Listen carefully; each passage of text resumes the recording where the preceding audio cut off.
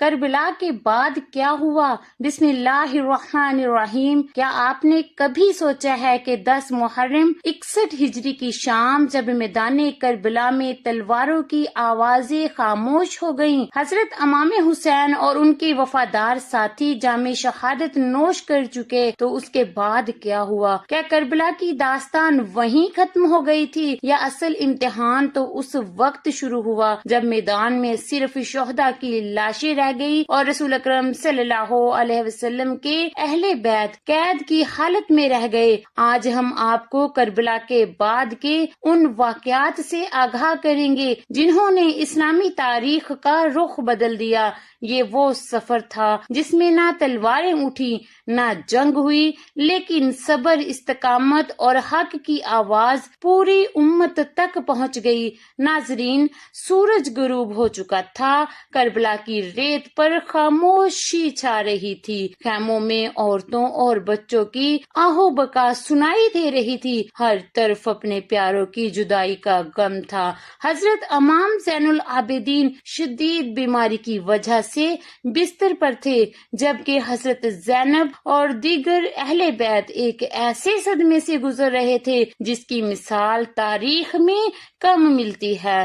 ادھر ابن زیاد کے سپاہی اپنی کاروائیوں میں مصروف تھے۔ تاریخی روایات کے مطابق شہداء کے سروں کو جمع کیا گیا اور پھر فیصلہ ہوا کہ اہل بیت کو قیدیوں کی صورت میں کوفہ لے جایا جائے۔ یہ سفر ایک سفر نہیں تھا بلکہ صبر کا ایسا امتحان تھا جس میں وہ لوگ شامل تھے جنہوں نے چند گھنٹے پہلے اپنے باپ، بھائی، بیٹوں اور عزیزوں کو اپنی آنکھوں کے سامنے شہید ہوتے دیکھا تھا۔ راستے بھر لوگ اس قافلے کو حیرت سے دیکھتے رہے، کسی کو حقیقت معلوم نہ تھی، کوئی سوال کر رہا تھا اور کچھ لوگ خاموش کھڑے اس منظر کو دیکھ رہے تھے۔ جوں جوں قافلہ کوفہ کے قریب پہنچا، شہر میں خبر پھیل گئی کہ کربلا کے بعد رسول اللہ کی اہل بیت کو لایا جا رہا ہے۔ یہ وہی کوفہ تھا جہاں سے حضرت امام حسین رضی اللہ تعالی عنہ کو سینکڑوں خطوط بھیجے گئے تھے، جہاں مدد کے وعدے کیے گئے تھے، مگر وقت آنے پر اکثر لوگ ساتھ نہ دے سکے۔ جب اہل بیت کا قافلہ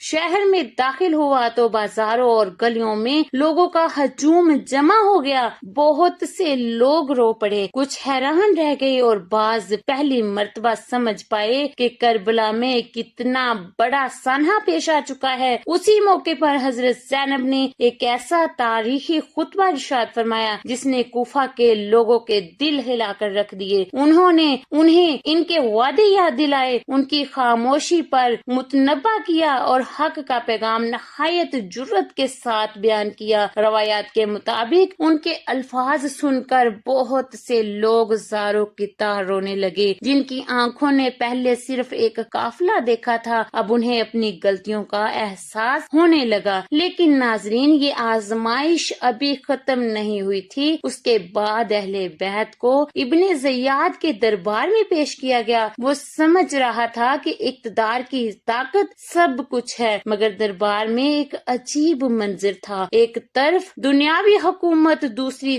طرف رسول اللہ صلی اللہ علیہ وسلم کے اہل بیت کا صبر، وقار اور حق گوئی۔ تاریخی روایات میں اس مجلس کی تفصیلات مختلف انداز میں ملتی ہیں، لیکن تقریباً سب اس بات پر متفق ہیں کہ حضرت امام زین العابدین اور حضرت زینب نے نہایت حکمت، صبر اور جرات کے ساتھ گفتگو فرمائی۔ ابن زیاد کے سخت رویے کے باوجود اہل بیت کے چہروں پر خوف نہیں بلکہ اللہ تعالیٰ پر کامل بھروسہ نمایاں تھا۔ یہ وہ لمحہ تھا جب لوگوں نے محسوس کیا کہ طاقت صرف تخت و تاج میں نہیں بلکہ حق پر ثابت قدم رہنے پر بھی ہوتی ہے۔ کوفہ میں چند دن گزرنے کے بعد ایک نیا حکم جاری ہوا، اہل بیت کو شام یعنی دمشق روانہ کیا جائے۔ یہ سفر پہلے سے بھی زیادہ طویل اور کٹھن تھا، گرمی، گرد، مسلسل سفر اور دلوں میں تازہ زخم۔ ہر قدم پر کربلا کی یادیں ان کے ساتھ تھیں۔ راستے میں مختلف قبائل اور شہروں کے لوگ اس قافلے کو دیکھتے، سوال کرتے